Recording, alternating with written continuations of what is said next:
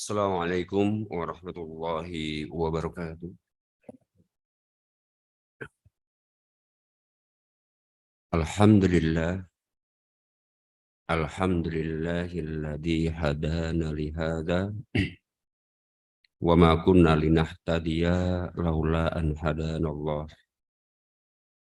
Rabbi syrah li sadri waftah li qalbi. Asyhadu an la ilaha illallah wahdahu la syarikalah wa asyhadu anna Muhammadan abduhu wa rasuluh la nabiyya wa la rasula ba'dah. Allahumma salli ala Muhammad wa ala alihi wa ashabihi wa man ittaba'u bi ihsanu ila yaumiddin. Amma ba'd. Hadratil kiram, Bapak Ibu yang dirahmati oleh Allah Subhanahu wa taala,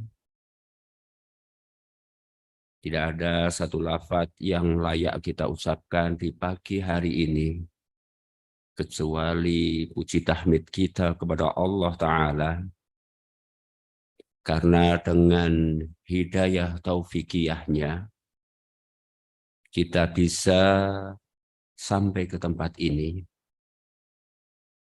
Karena dengan hidayah kekuatan yang Allah berikan kepada kita, kita bisa bersama-sama kumpul di tempat yang mulia ini, yang semoga Allah Subhanahu wa taala pagi hari ini mengumpulkan hati kita semuanya, melapangkan hati kita semuanya, dan membukakan hati kita semuanya untuk suatu nikmat,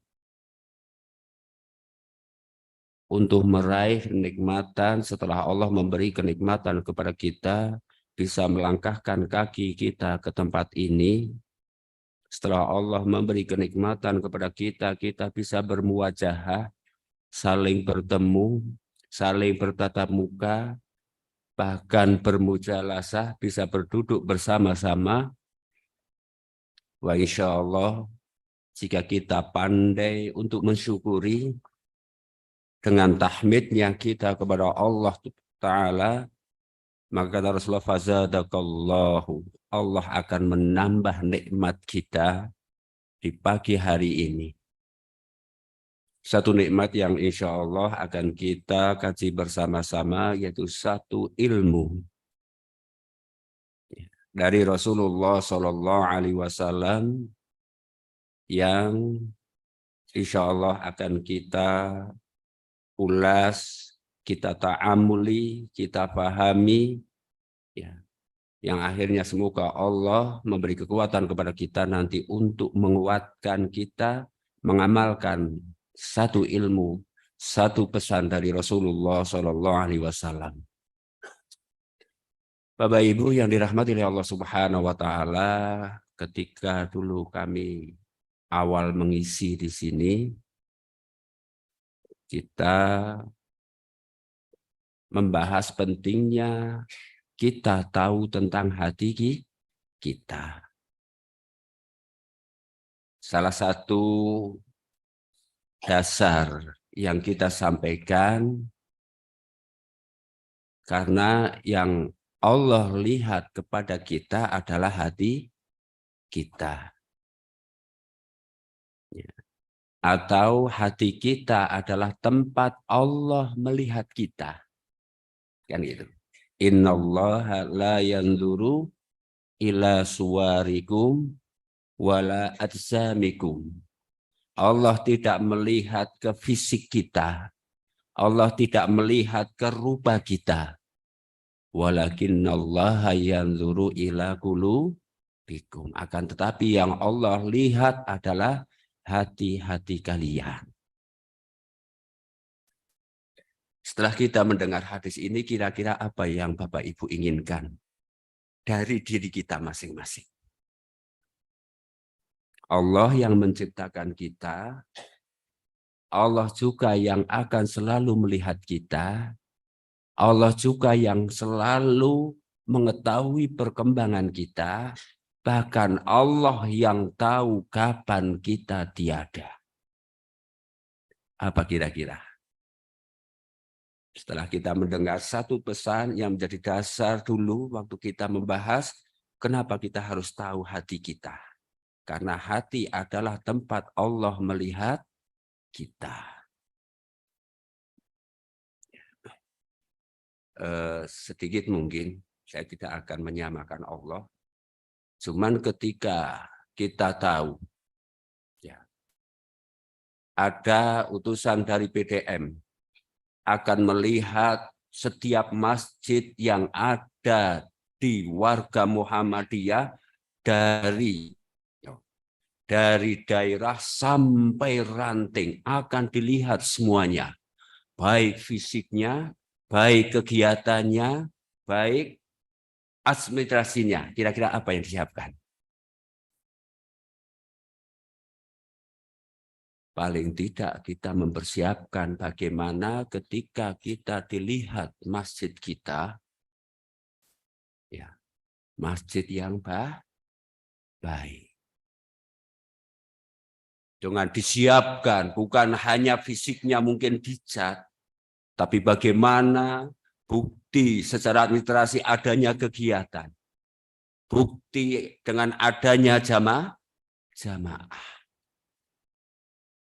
Lalu kalau Rasulullah sudah menjelaskan bahwa yang dilihat oleh Allah pada diri kita, itu adalah hati kita, kira-kira apa yang kita siapkan?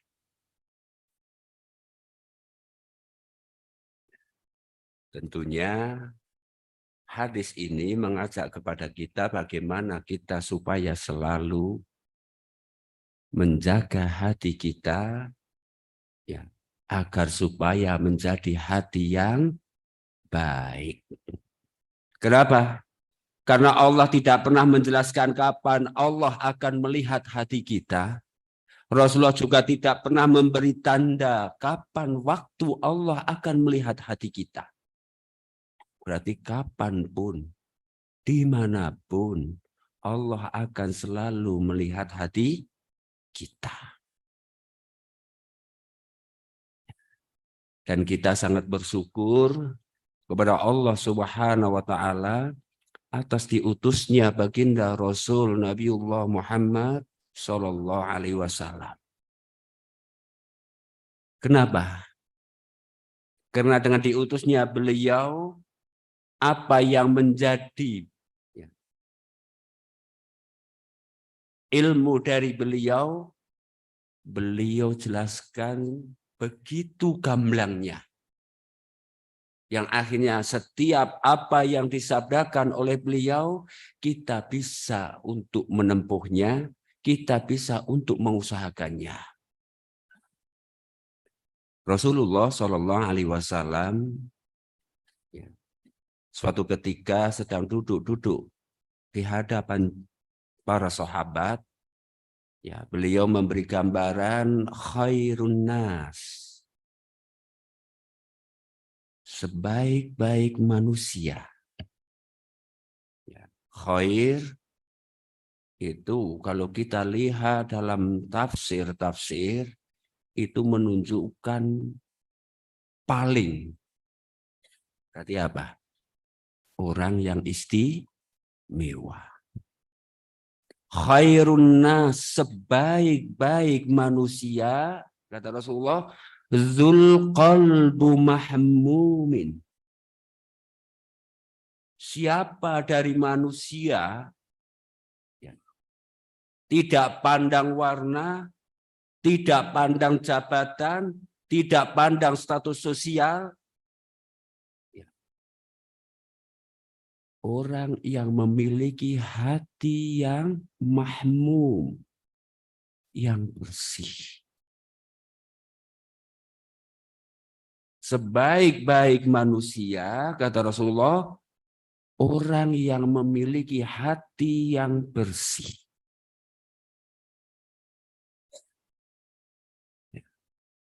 Para sahabat ternyata pun masih bingung. Padahal kata bersih itu insya Allah sesuatu yang paling kita pahami. Jika sebuah gedung tidak ada cat yang merusak cat dasar, maka itu tetap dikatakan bersih. Jika baju tidak ada kotoran ya, yang melekat pada kain, maka itu dikatakan baju bersih. Tapi dikala Rasulullah sebaik-baik manusia, siapa dari mereka yang punya hati yang para sahabat bingung. Karena tidak bisa menggambarkan seperti apa hati yang bersih. Yang mungkin juga kita seperti itu. Kita yang punya hati, tapi kita tidak tahu hati kita bersih atau tidak. Sebagaimana para sahabat. Kalau Allah memberi fisik kepada kita, kita tahu persis. Fisik kita terkena najis atau tidak. Tubuh kita terkena kotoran atau tidak. Sehingga kita berani menjamin bahwa jasad kita dalam kondisi bersih. Tapi hati. Maka layak kalau para sahabat akhirnya menanyakan, ya Rasulullah, wahai Rasul, ma qalbu mahmud. Seperti apa ya Rasul hati yang bersih itu?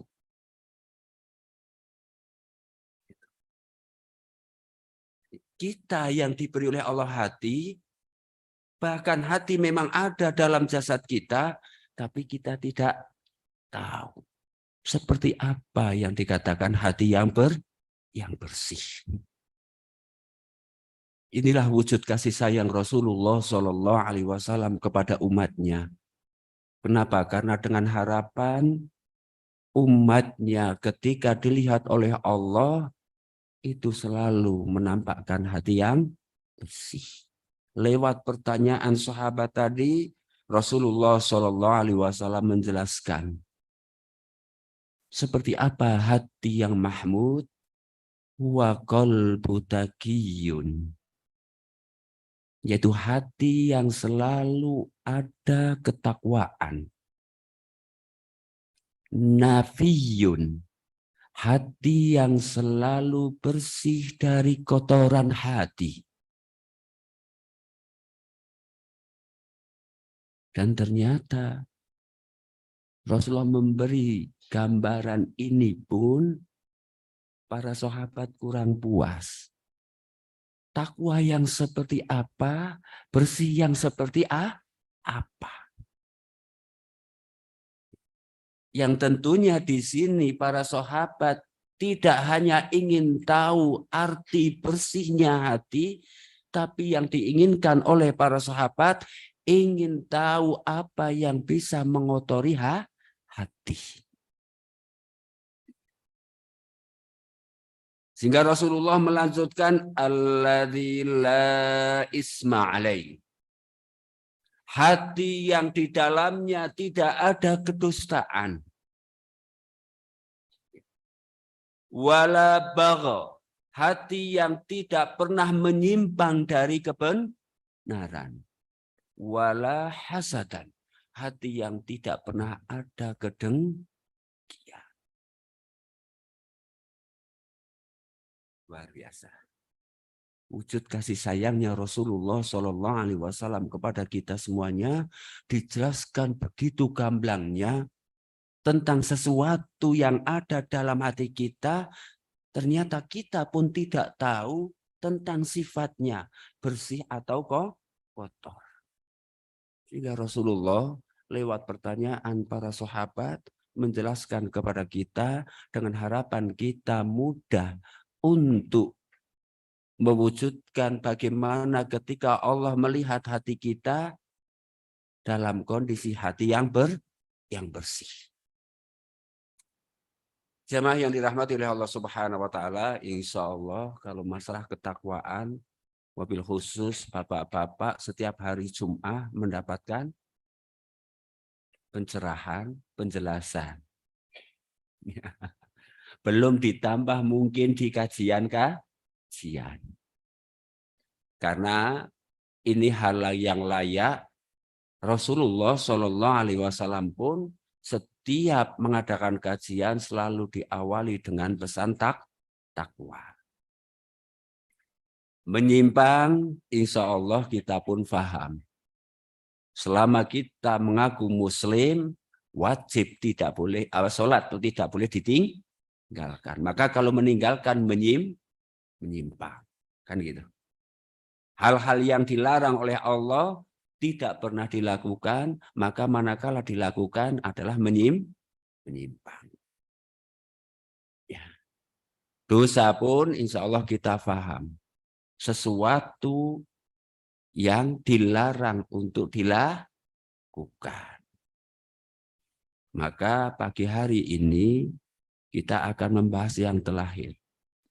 Salah satu ciri hati yang bersih adalah hati yang kata Rasulullah la hasadan.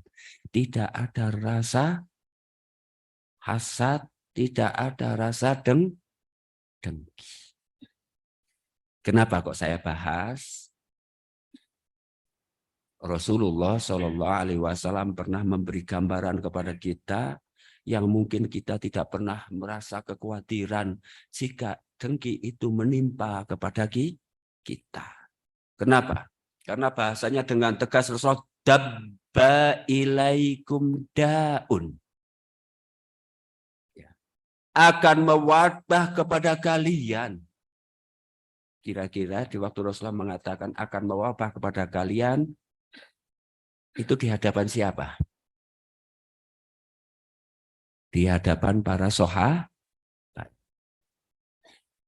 Sahabat itu orang maka para ulama akan mewabah kepada kalian, wahai orang Islam, suatu penyakit.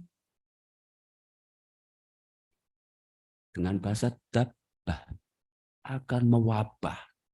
Kalau mewabah itu berarti biasa merata, hampir merata semua kan kena. Sebagaimana kemarin COVID ya. Rasulullah dengan tegas dabba ilaikum daun, akan mewabah kepada kalian wahai umat Islam suatu penyakit. Umami qablikum, penyakit umat-umat sebelum kalian. Penyakit apa? Al-hasadu wal baghdha. Penyakit dengki dan penyakit permusuhan. Setiap kita mendengar ada penyakit yang mewabah, tentunya kita akan bagaimana berusaha semaksimal mungkin, sehingga kemarin layak di waktu ada wabah COVID, sampai yang namanya jahe aja, sampai harganya ratusan ribu, 200, tapi tetap terbeli. Karena apa? Dalam rangka bagaimana kita tidak terjangkit. Bahkan Rasul tidak hanya menghabarkan bahwa yang namanya dengki akan mewabah pada umat Islam. Rasulullah kedengkian itu sesuatu yang paling ditakuti. Sebagaimana kita mungkin rasa takutnya terhadap penyakit COVID kemarin di waktu mewabah. Ahwafu, kata Rasulullah. Sesuatu yang paling saya takuti ala umati, yang akan terjadi pada umatku, ma'akhafu. Tidak ada sesuatu yang lebih aku takuti. Apa yang paling ditakuti Rasulullah?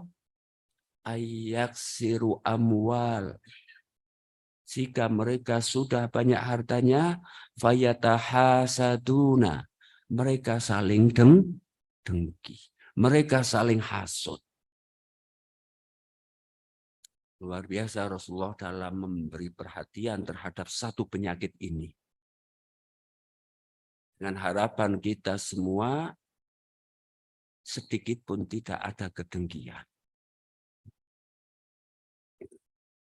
Bahkan dari sifat mewabahnya pun, Rasulullah menjelaskan sampai salasun.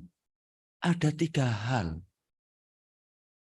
La yanju bihinna ahadun. Yang 3 hal ini hampir-hampir tidak ada seorang pun yang bisa selamat. Apa 3 perkara? 1 adalah az-zannu, su'udon. Yang kedua, tiaro, menganggap kesialan. Yang ketiga, al-hasad, kedengkian. Bayangkan. Berarti kira-kira seperti apa? Kalau kata Rasulullah, tidak ada seorang pun yang selamat dari wabah kedengkian. Berarti Masya Allah, begitu mudahnya kita terjangkit penyakit dengki. Begitu gampangnya kita akan terkena satu penyakit yang sangat ditakuti oleh Rasulullah jika mengenai kepada umatnya. Yaitu penyakit dengki. Maka luar biasa, ya. Para ulama setelah mengkaji penyakit dengki, ternyata memang siapapun sekali terjangkit penyakit dengki menjadi kronisnya. Bahkan langsung komplikasi, akan menimbulkan sekian banyak penyakit-penyakit hati yang lain. Ya, semoga Allah memberi kesempatan kepada kita untuk akhirnya kita bisa mengkaji semuanya. Dalam rangka menjadi orang yang terbaik di pandangan Allah Subhanahu wa taala karena memiliki hati yang bersih. Jemaah yang dirahmati oleh Allah Subhanahu wa taala, maka mari kita kaji, kita pahami, kita dalami satu hadis yang insya Allah sudah cukup masyhur di kalangan para ulama juga kita. Rasulullah Shallallahu Alaihi Wasallam satu ketika berpesan setelah tahu betapa bahayanya penyakit dengki, betapa mudahnya seseorang terjangkit penyakit dengki, betapa mudahnya kedengkian akan mewabah pada umatnya, Rasulullah akhirnya iyyakum wal hasada. Jauhilah oleh kalian semuanya kedengkian. Wa inna hasada. Dan sesungguhnya kedengkian yakulu hasanah. Akan memakan kebaikan. Kama ta'kulu naru hatoba.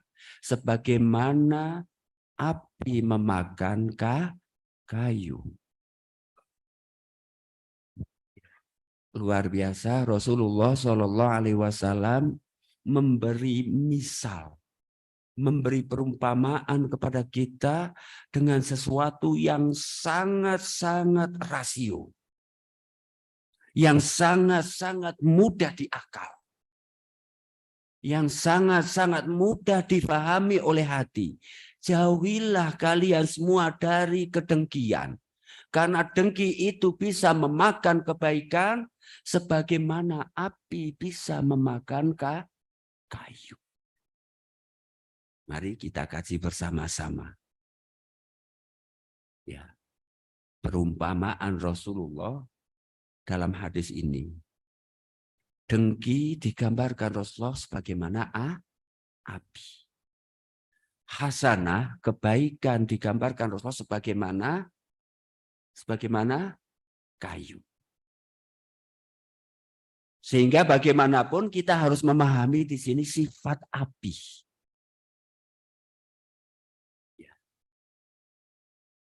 Kita harus paham sifat api sehingga insya Allah nanti kita akan bisa memahami, oh seperti itu kok sifat dengki.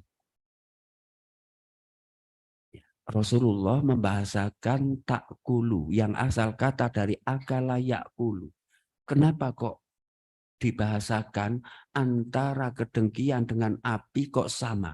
Dengan berbahasa makan. Ini memancing kita untuk supaya memahami sifat api. Kan gitu. Satu, api itu sifatnya membakar. Sesuatu kalau sudah terbakar, hangus tidak? Hangus tidak? Hangus kita pahami kadang-kadang ya di sebuah perlombaan kita sudah daftar karena telat maka dianggap hangus. Hangus itu berarti tidak terdaftar kembali sehingga tidak ada hak untuk tampil. Kira-kira apa yang akan kita tampilkan di hadapan Allah ketika Allah menghisap amal kita? Jika sudah hangus. Apa yang akan kita katakan di hadapan Allah ketika Allah menanyakan apa saja yang kamu lakukan di dunia, sementara amal baik kita sudah hangus. Dikarenakan kedengkian.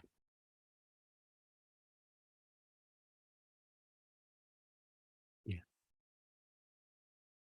Maka kebanggaan apa yang kita miliki dengan amal yang kita lakukan?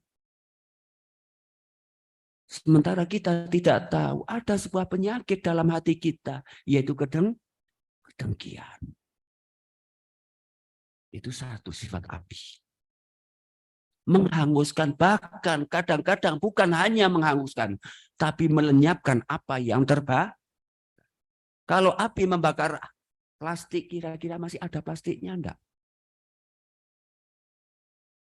Hilang sama sekali. Sehingga sifat api bukan hanya menghanguskan, tapi melenyapkan. Masya Allah. Ya. Sekian tahun kita menempuh, meniti amal kebaikan lewat ibadah kita.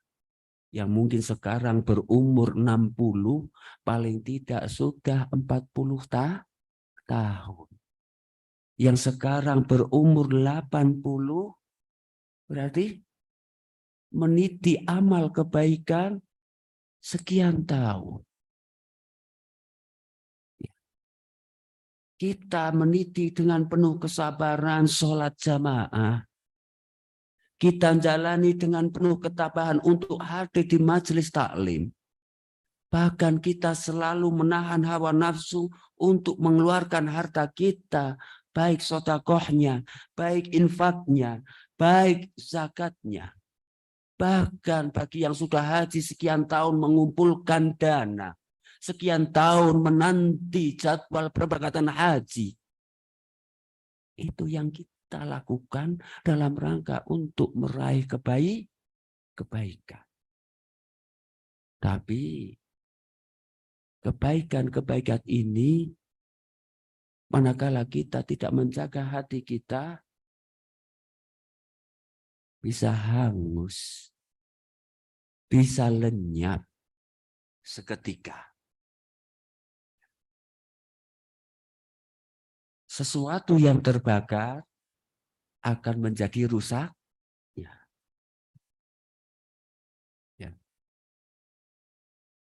Sesuatu yang terbakar yang tidak dianggap rusak itu hanya satu, yaitu peralatan dapur. Setiap hari dibakar pun tetap, ya enggak? Hanya peralatan dapur. Oh, itu pun tidak semua peralatan. Sendok kalau sudah terbakar, dianggap rusak. Hanya ompreng, soblong ya, yang hanya tetap dianggap bagus sekalipun ya, terbakar setiap hari. Tapi selain itu dianggap rusak. Dan itulah sifat api. Maka amal-amal kebaikan yang kita kumpulkan akan tetap dianggap rusak. Inilah kenapa Rasulullah membahasakan dengan bahasa akala yakulu. Jauhilah oleh kalian kedengkian. Karena dengki itu akan memakan kebaikan. Sebagaimana api juga Rasulullah membahasakan dengan bahasa memakan. Karena tiga sifat api ini melenyapkan, merusak, bahkan menghanguskan. Apa yang akan hangus dari kita, apa yang akan rusak dari kita, apa yang melenyapkan dari kita, yaitu amal kebaikan kita.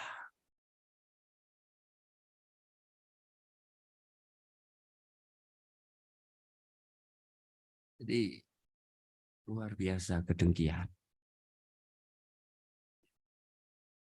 Yang keempat, sifat api itu adalah akan mudah menyala. Api kalau sudah dia hidup, sangat mudah menyala.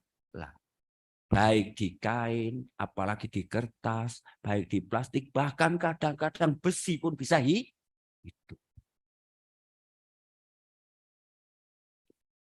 Orang yang dengki itu begitu mudahnya tersulut dengan sesuatu yang sebenarnya tidak ada artinya. Mudah tersulut. Ya, gitu loh. Yang insya Allah, ya semoga kita nanti ada kesempatan untuk menjelaskan apa sih dengki itu, gitu loh. Saya di sini belum akan menyampaikan tentang apa sih dengki. Ya, karena kebanyakan orang dengki tahunya hanya tidak senang jika saudaranya mendapat nikmat dan menginginkan nikmat tersebut. Itu kan hanya salah satu dari kedengkian. Masih sekian banyak kedengkian yang mungkin kita tidak paham. Kalau hanya ini mungkin kita bisa mudah menghindari. Tapi kenapa Rasulullah dengan bahasa layanju tidak akan selamat seorang pun? Itu berarti kedengkian itu sifatnya banyak. Jadi ini mudah menyala. Dengan ketika saudaranya mendapat nikmat, dia sedih. Kan gitu ya. Tapi ketika saudaranya sedang kesulitan mungkin, ya lewat sakitnya gembira. Mudah kan? Padahal senangnya hanya maaf mungkin. Ya. Tahun ini hanya bisa beli satu baju. Tapi karena dibawa ke pengajian, tahunya, wih.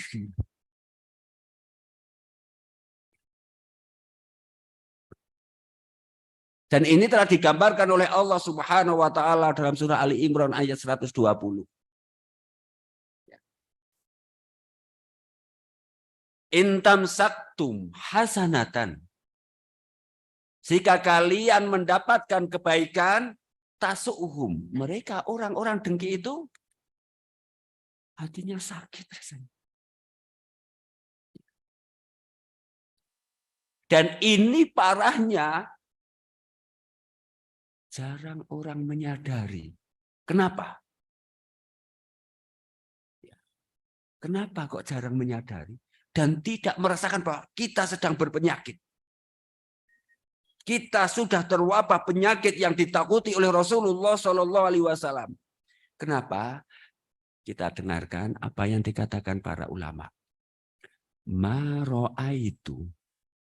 Tidak ada sesuatu yang kami lihat zaliman, perbuatan zalim, asbaha bimadlum.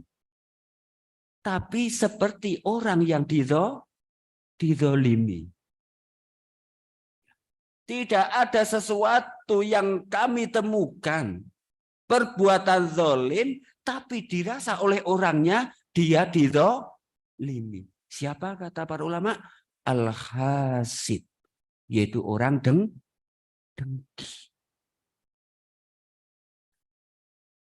Kenapa seperti itu? Ya nikmatan alaika. Orang dengki itu ketika melihat kenikmatan pada kalian, nikmatan alaika, kenikmatan pada kalian, nikmatan alaihi. Merasa disiksa atas dirinya. Siksaan bagi dirinya gitu loh. Loh gimana nggak tersiksa dan bukan merupakan siksaan karena apa? Setiap kita melihat saudara senang, kita tidak. Ini yang seolah-olah orang zalim tapi seperti dizalimi. Dan inilah kenapa dikatakan hasad itu penyakit kronis karena selalu merasa dizalimi. Contoh ya. Pernah ada orang lapor ke rumah Pak Tarom. Masa saya sudah bekerja sekian tahun, terus kok ada orang yang masuknya baru berapa tahun langsung jadi kepala bagian. Loh, saya itu sekian tahun tidak saya kan ketawa. Ini kan bahasa seolah-olah dirinya dizolimi, padahal dia sedang zolim. Bahkan kadang-kadang luar biasa, zolimnya pun diadukan kepada Allah. Ya Allah, kenapa dia yang dapat? Loh, sedang zolim ini, nggak merasa. Na'udzubillah min dzalik. Tidak terasa. Diadukan kepada Allah. Kemarin mungkin ada pemberangkatan haji, ada juga ya Allah. Karena belum waktunya melihat saya, tetangga saya itu setelah saya daftarnya ya Allah. Kenapa kok dia dulu ya Allah? Loh, Masya Allah. Gitu loh. Jadi para ulama tidak ada sesuatu yang kami lihat, yang kami temukan, yang terjadi pada manusia, yang dia berbuat zalim tapi dirasa dia dizalimi, yaitu kedengkian.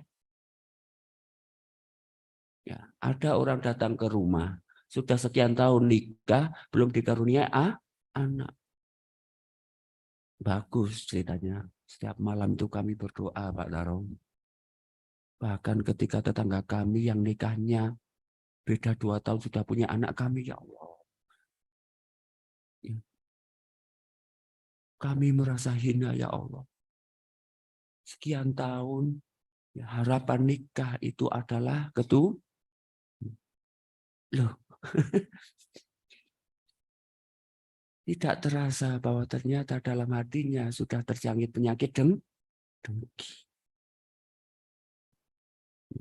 Sebaliknya, ya, dikala saudaranya sedang kesusahan, dikala saudaranya mungkin sedang kesulitan, apa kata Allah?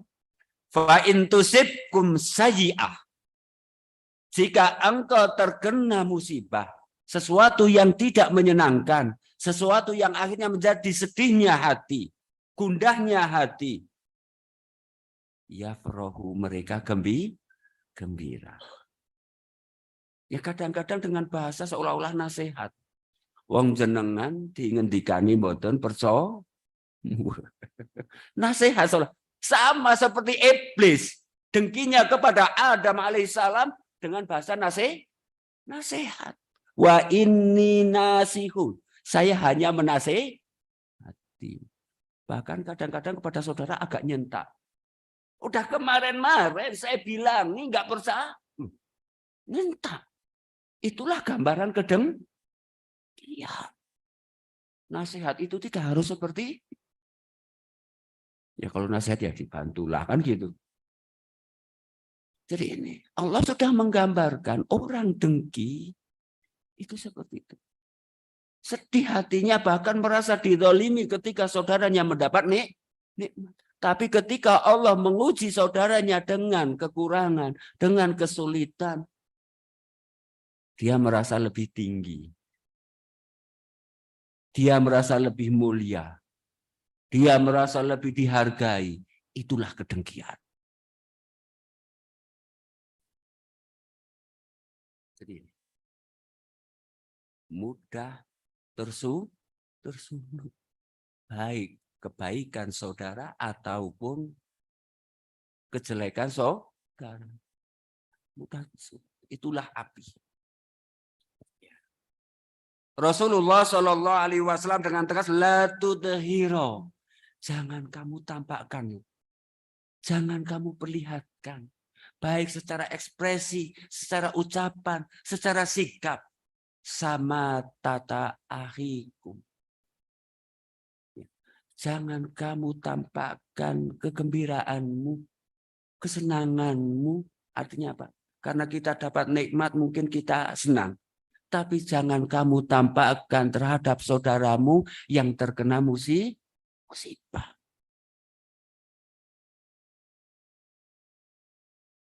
Sehingga kenapa Rasulullah menggambarkan malaikat paling benci terhadap orang-orang dalam kondisi takziah kok tertawa-tawa. Ya mungkin tertawa dia karena dia sedang mendapat kesenangan. Tapi Rasulullah pesan, jangan sekali-kali kamu menampakkan kesenangan kamu, kegembiraan kamu ketika di hadapan saudaramu yang sedang kena musibah, sedang sedih, sedang gundah gulana. Karena apa? Tidak, supaya tidak terkenanya penyakit dengki. Itu yang keempat, sifat api. Yang kelima, khafatan. Api itu sifatnya ringan. Sehingga ada angin ke utara yang akan ke utara, angin selatannya ke selatan. Karena ringannya api itu. Ya. Dan biasanya orang dengki itu memang ringan gitu loh. Untuk menggunjing sana, gunjing sini, ya. Bahkan ringan sekali untuk silaturahmi, tapi dalam rangka pergunjingan.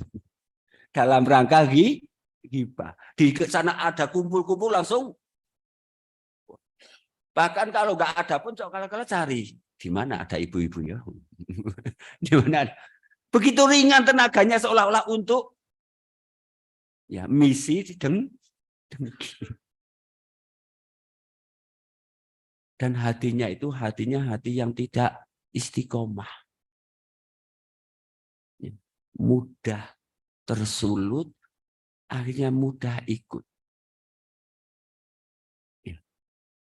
Maka hati-hati kita ya, terhadap dengki dan orang yang sampai kenapa kita dianjurkan pagi sore menjelang tidur membaca salah satu surah yang mengandung mohon perlindungan pada Allah dari dengki dan orang-orang surah apa? Surah apa Bapak-bapak? Al-Falaq. Oh iya ya. Kita dianjurkan membaca pagi sore dan menjelang tidur. Salah satunya kita memohon kepada Allah dari dengki dan orang-orang yang dengki. Kemudian sifat api, maaf, tidak akan menyala kecuali dengan sarana. Ya, para ulama mengatakan muftarikatun bimakanin wahalin. Api itu tidak akan bisa terwujud kecuali ada sarana, ada sebab.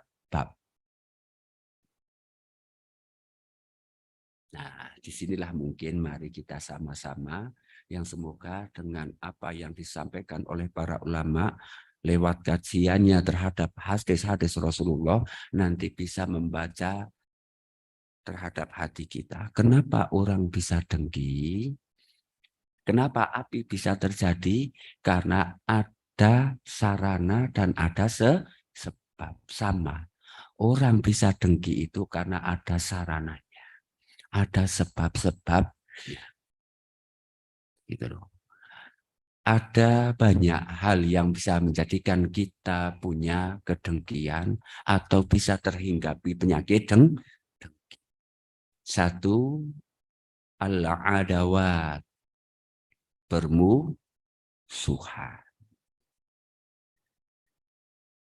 Dan ini kita selalu diajari dalam kehidupan. Ya, sebentar lagi juga akan kita diajari dengan adanya caleg, ya, dengan adanya pilpres, dengan adanya muncul akan diajari. Salah satu sarana yang menimbulkan kedengkian yaitu bermusuhan.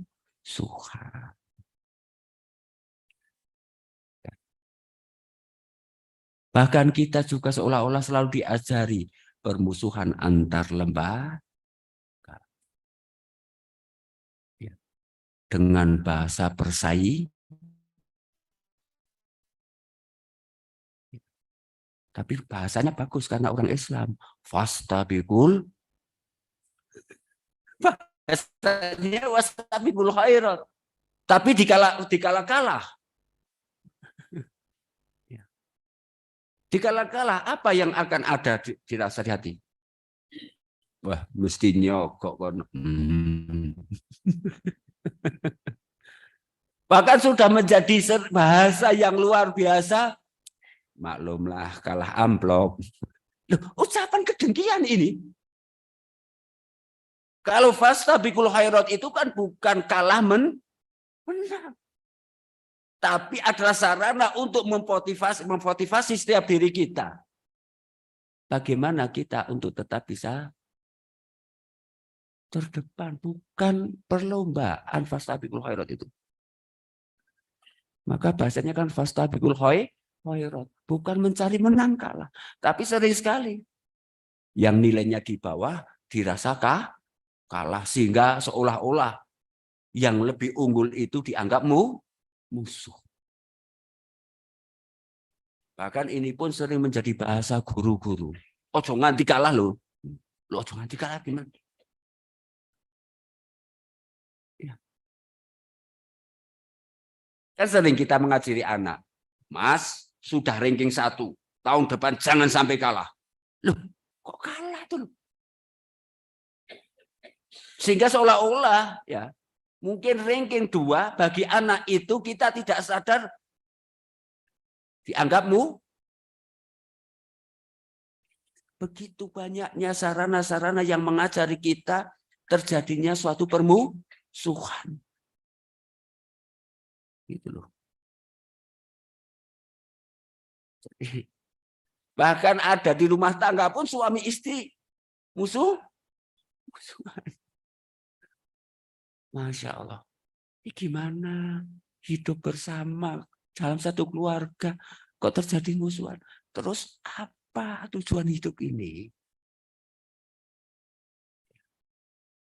Jadi tolong ya, sekalipun itu sebuah maaf ya, meraih suatu tujuan yang tertinggi, meraih suatu kesempurnaan, meraih satu kebaikan, tolong jangan dianggap musuh lawan. Karena apa? Kalau sudah menganggap musuh lawan, itu pasti akan ada permusuhan. Sehingga apa? Ya, mungkin dikala-kala hatinya begitu sakitnya. Sehingga timbullah penyakit yang lain, apa yang dinamakan suudzon. Kan gitu ya? Seperti tadi. Ya. Wah, dia jadi bala bagian kan mesti ada apa-apanya Pak Tarong. Kalau saya ditanya seperti itu ya sudah nggak saya gubris. Baikin aja hatimu kata saya. Ya. Ada yang datang ke rumah dengan suudzonnya kepada tetangga. Kalau ke sini jangan bawa suudzon kata saya. Kenapa? Yang paling mengerikan dengki, suudzon, permusuhan menghalang-halangi doa kita. Bahkan merusak amal kita. Mana mungkin kita doanya akan dikabulkan dalam hati kita banyak kotoran. Mana mungkin Allah akan memperhatikan kita sementara hati kita hati yang kotor. Ya. Jadi ini. Kedua, baghdho. Ya. Kebencian. Biasa. Kalau sudah merasa menang, merasa kalah, ada timbul waktu sudah habis. Keempat, ta'azzus. Ketiga ya, ketiga ta'azzus. Ya. Ta'azzus itu sifat tidak mudah menerima dengan mungkin kebaikan, kenikmatan yang Allah berikan kepada saudara. Yaitu dengan bahasa, ya Allah, kenapa kok dia ya? Kenapa bukan saya? Atau mungkin, mosok dia? Dia bisa apa? Itu sifat ta'azzus. Kemudian yang keempat, al-kibru, sombong. Insya Allah sudah Paham? Yang kelima, takjub. Mudah heran terhadap kenikmatan yang Allah berikan kepada saudara.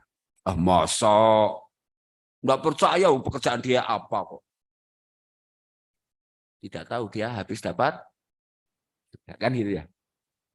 Jadi ini. Kemudian yang keenam, hubbur riyasah. Cinta kedudukan. Yang terakhir, su'un nafs. Jeleknya jiwa. Itulah sarana kedengkian yang seharusnya kita pahami satu persatu, kita kaji satu persatu. Ya. Jadi itulah yang namanya sifat api. Maka kenapa kata Rasulullah, iyyakum wal hasad. Jauhilah oleh kalian sifat dengki. Fa inna hasada ya'kulul hasanah. Kedengkian memakan, menghanguskan, melenyapkan, bahkan membinasakan kebaikan. Kama ta'kulun naru fitobah. Sebagaimana api bisa menghanguskan, melenyapkan, bahkan merusak. Ya. Kayu, bukan hanya kayu ternyata. Tembok pun bisa rusak, besi pun bisa rusak. Artinya suatu yang keras, suatu yang lunak, apalagi semua bisa rusak karena api. Yang terakhir, sifat api, maaf, kalau sudah terbakar apa yang terlihat? Gelap, hitam. Inilah Rasulullah. Kenapa yang Rasulullah kok punya sifat takut? Tidak mungkin umatku akan menerima cahaya kebaikan jika punya kedengkian. Sehingga Rasulullah, innal hasada. Sesungguhnya kedengkian tutfi'u nur hasanah, menutup, melenyapkan cahaya kebaikan. Kita menjadi orang yang dapat hidayah karena ada nur hidayah. Kita menjadi orang yang iman karena ada nur iman. Akan hilang hidayah kita. Allah akan hilang keimanan kita kalau kita punya kedengkian. Yang insya Allah Rasulullah ya akan datang, kita akan sampaikan seberapa lenyapnya cahaya kebaikan. Semoga Allah memanjangkan umur kita sehingga kita masih bisa bertemu dan membahas pesan Rasulullah yang sangat mengerikan ini, satu penyakit yang sangat mudah menghinggap bagi kita semuanya.